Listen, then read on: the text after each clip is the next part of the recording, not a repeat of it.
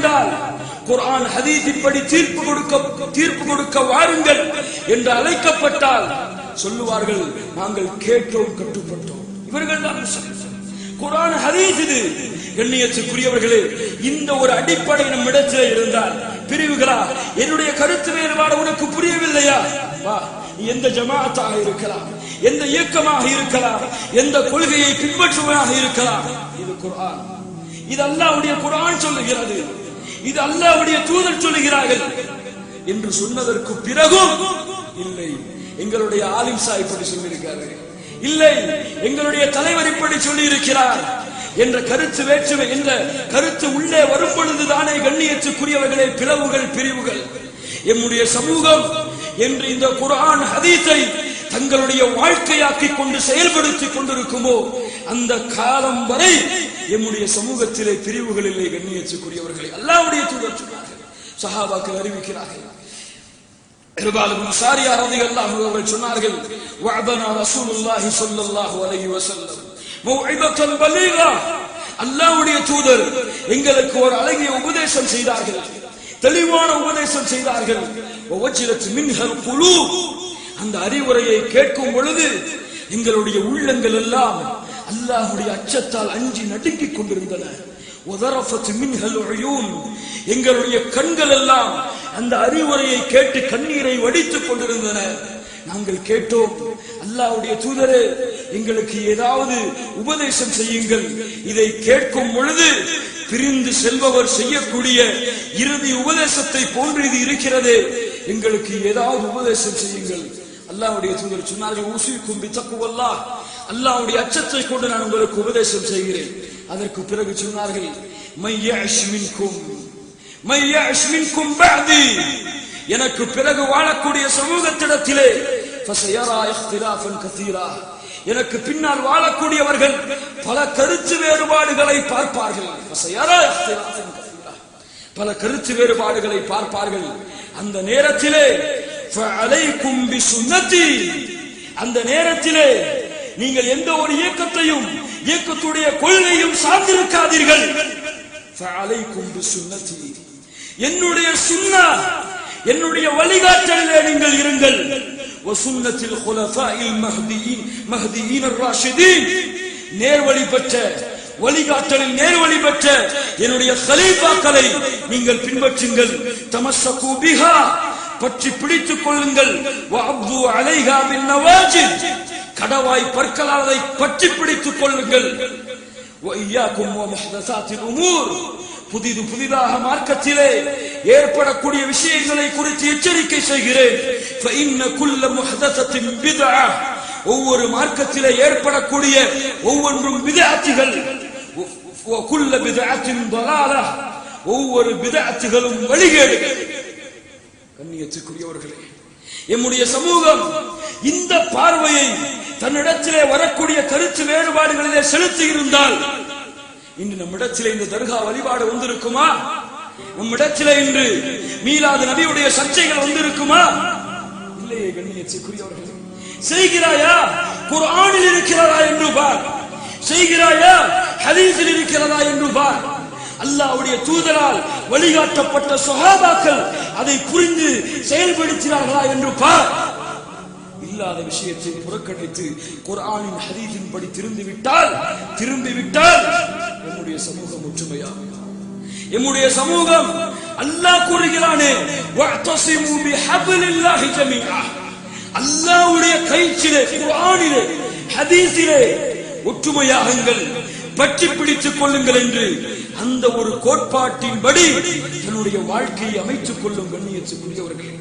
கண்ணியத்துக்குரியவர்கள், இன்று பார்க்கிறோம் எமது சமூகம் இயக்கங்களாக பிரிந்து கொண்டு, கொள்கைகளாக தங்களிடத்திலே பிரிவுகளை ஏற்படுத்திக் கொண்டு, ஒரு இயக்கத்திலே இருப்பவன் பிற இயக்கத்திலே உள்ளவனை தாக்குவது, ஒரு இயக்கத்திலே உள்ளவர்கள் பிற இயக்கத்தில் உள்ளவர்களை விமர்சனம் செய்வது, அவர்களை மேடையிலே ஏறி விமர்சனம் செய்வது, அவர்களுடைய குறைகளை வெளியே கொண்டு வருவது, அவர்களுக்காக மேடைகளை பயன்படுத்துவது பார்க்கிறோமா இல்லையா? அல்லாஹ் அக்பர், லா இலாஹ இல்லல்லாஹ் என்று கூறக்கூடிய முஸ்லிம், இரண்டு முஸ்லிம்கள் தங்களுக்குள் சண்டை போடுகிறார்கள், தங்களுக்குள் இரத்தங்களை ஓட்டிக் கொள்கிறார்கள். ஏன்? இந்த இயக்கங்களின் பெயரால், இந்த கொள்கையின் பெயரால் கண்ணியத்துக்குரியவர்களை கேள்வியை கேட்கிறேன். எமது தூதர், அல்லாஹுடைய தூதர் முஹம்மது ரசூலுல்லாஹ் ஸல்லல்லாஹு அலைஹி வஸல்லம் அவர்கள் இந்த காலத்திலே வாழ்ந்திருந்தால் இந்த நிலையை அனுமதிப்பார்களா? சஹாபாக்களிடத்திலே ஒரு சிறிய பிரச்சனை வருகிறது. முஹாஜிர்கள் என்று ஒருவர் எழுதி சொல்லுகிறார், யா அல் முஹாஜிரீன், முஹாஜிர்களே வாருங்கள். அன்சாரிகளிடமிருந்து ஒருவர் எழுந்து சொல்லுகிறார், அன்சாரிகளே வாருங்கள். அல்லாஹ்வுடைய தூதர் இதை கேள்விப்படுகிறார்கள். மா பாலு தஅவல் ஜாஹிலிய்யா, அறியாமை கால வார்த்தைகளை பயன்படுத்தி அழைக்கிறீர்கள். இன்னஹா முன்தினா, இது நாச்சம் அடிக்கக்கூடிய, துர்நாச்சம் அடிக்கக்கூடிய வார்த்தை என்று சொன்னார்கள். ஏன்? பிரச்சனை வரும் பொழுது உங்களுடைய கூட்டத்தின் பெயரை, உங்களுடைய கூட்டத்துடைய அந்த பெயரை நீங்கள் பயன்படுத்தி அழைக்கிறீர்களா? எப்படி அழைக்க வைக்கிறது? முஸ்லிம்களை வாருங்கள், மூமின்களை வாருங்கள் என்று அழைப்பதற்கு பதிலாக அன்சாரிகளை வாருங்கள், முஹாஜிர்களை வாருங்கள் என்று அழைக்கிறீர்களே என்று முகம் சிவந்தார்களே, என்று கடுகெடுத்தார்களே. இந்த ஒரு அல்லாஹ்வால் அங்கீகரிக்கப்பட்ட பெயர்களை வைத்து அழைப்பதையே பிரச்சனை வரும் பொழுது, பிரிவுகள் குழப்பங்கள் வரும் பொழுது அல்லாஹ்வுடைய தூதர் அனுமதிக்கவில்லை என்றால் என்னுடைய சமூகத்தின் நிலைமையை எங்கே சொல்லுவது? கண்ணியத்துக்குரியவர்களே, வஅத்தஸிமு பிஹப்லில்லாஹி ஜமீஆ, அல்லாஹ்வுடைய கயிற்றிலே உறுதியாக பற்றி பிடித்துக் கொள்ளுங்கள். நாம் எல்லோரும் லா இலாஹ இல்லல்லாஹுவை, ஒரே இறைவனை, ஒரே இறுதி தூதரை, ஒரே வேதத்தை பின்பற்றக்கூடியவர்கள். நம்மிடத்திலே பல பெயர்கள் செயல்பாடுகளுக்காக இருந்தாலும் இந்த பெயர்களோ, இந்த இயக்கங்களோ, இந்த கோட்பாடுகளோ நமக்குள் பிரிவை, நமக்குள் சண்டையை, நமக்குள் வேற்றுமையை ஒரு காலம் ஏற்படுத்திவிடக் கூடாது. ஏற்படுத்தினால் எமது சமூகம் தோல்வியின் பாதையை நோக்கி சென்று கொண்டிருக்கிறது என்ற அர்த்தம். அல்லாஹ் பாதுகாப்பானா, அல்லாஹ் பாதுகாப்பானா, நம்முடைய உள்ளங்களை அல்லாஹ் ஒன்றிணைப்பானா. கண்ணியத்துக்குரியவர்களே, அப்படி இயக்கங்கள், கோட்பாடுகள் நமக்குள் பிரிவுகளை ஏற்படுத்திக் கொண்டிருந்தால் அது அல்லாஹ்வுடைய தீனிலே அங்கீகரிக்கப்பட்டதா? அந்த இயக்கத்தின்படி வாழ்வது அல்லாஹ்வுடைய தீனிலே ஏற்றுக்கொள்ளப்பட்டதா? இன்று பார்க்கிறோம் எத்தனையோ முஸ்லிம்கள் அவர் வேறு இயக்கத்தில் இருக்கிறார் அல்லது வேறு ஜமாஅத்தில் இணைந்து விட்டார் என்ற காரணத்திற்காக எத்துணை ஆண்டுகள் ஆகியும் சலாமை கூட பகிர்ந்து கொள்ளாமல், சலாம் சொன்னால் கூட முகத்தை சுளித்துக் கொண்டு தலையை கீழே துண்டு போட்டுக் கொண்டு செல்வதை பார்க்கிறோம்.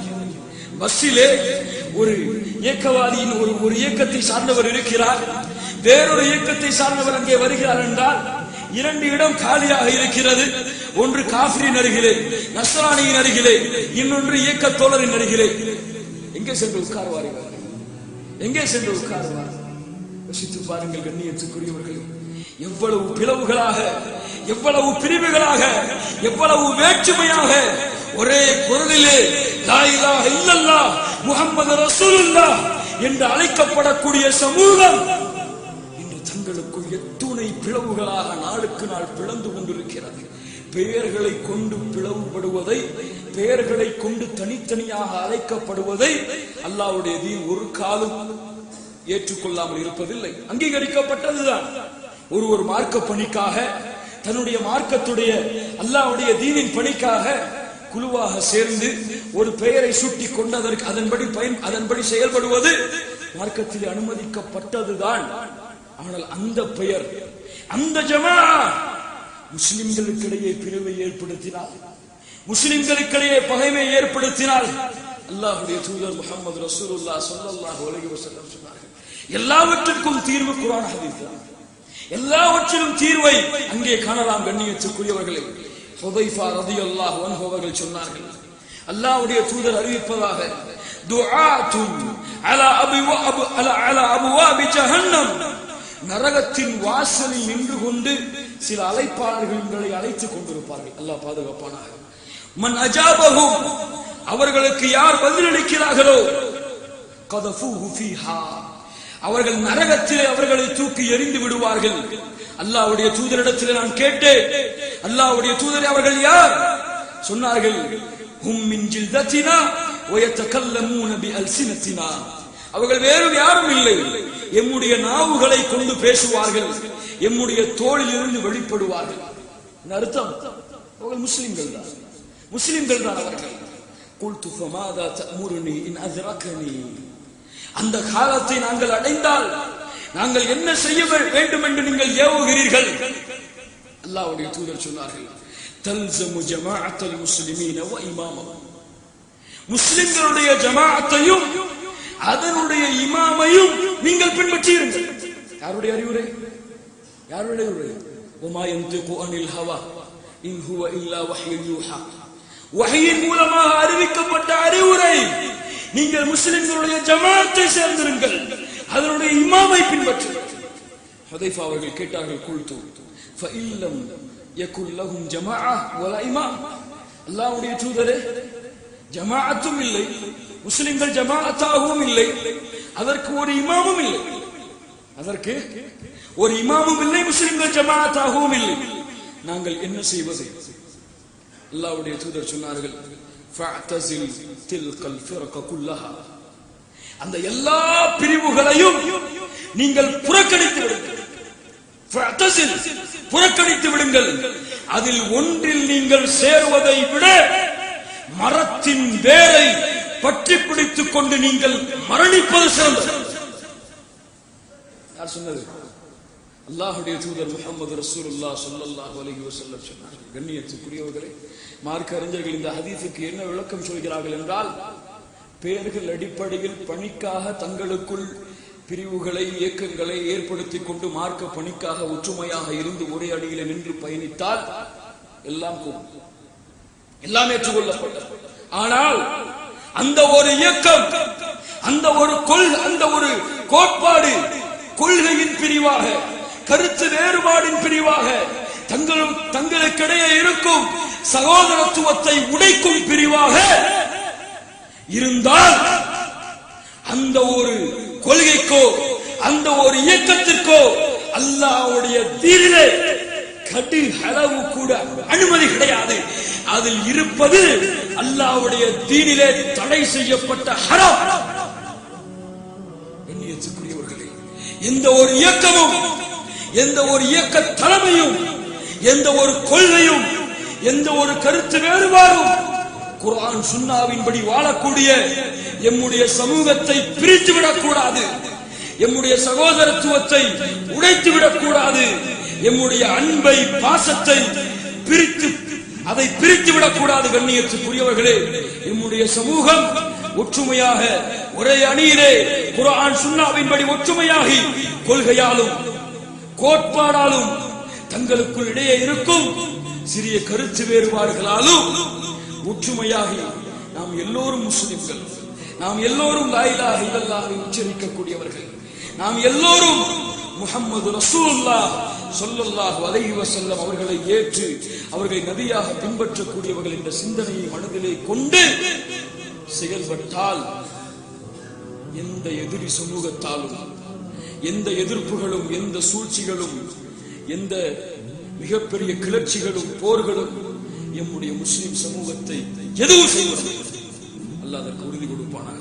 கண்ணியத்துக்குரியவர்களே, நம்முடைய இயக்கம் நமக்கு பெருமை அல்ல, நாம் நம்மை முஸ்லிம் என்று அழைப்பதுதான் பெருமை. கண்ணியத்துக்குரியவர்களே, இன்று பார்க்கிறோம் சில சகோதரர்கள், அல்லாஹ் அவர்களை மன்னிப்பானாக, தங்களை தொண்டனாக்குகிறார்கள், அதற்காக பணி செய்கிறார்கள், அதையே நோக்கமாக கொண்டு வாழ்கிறார்கள்.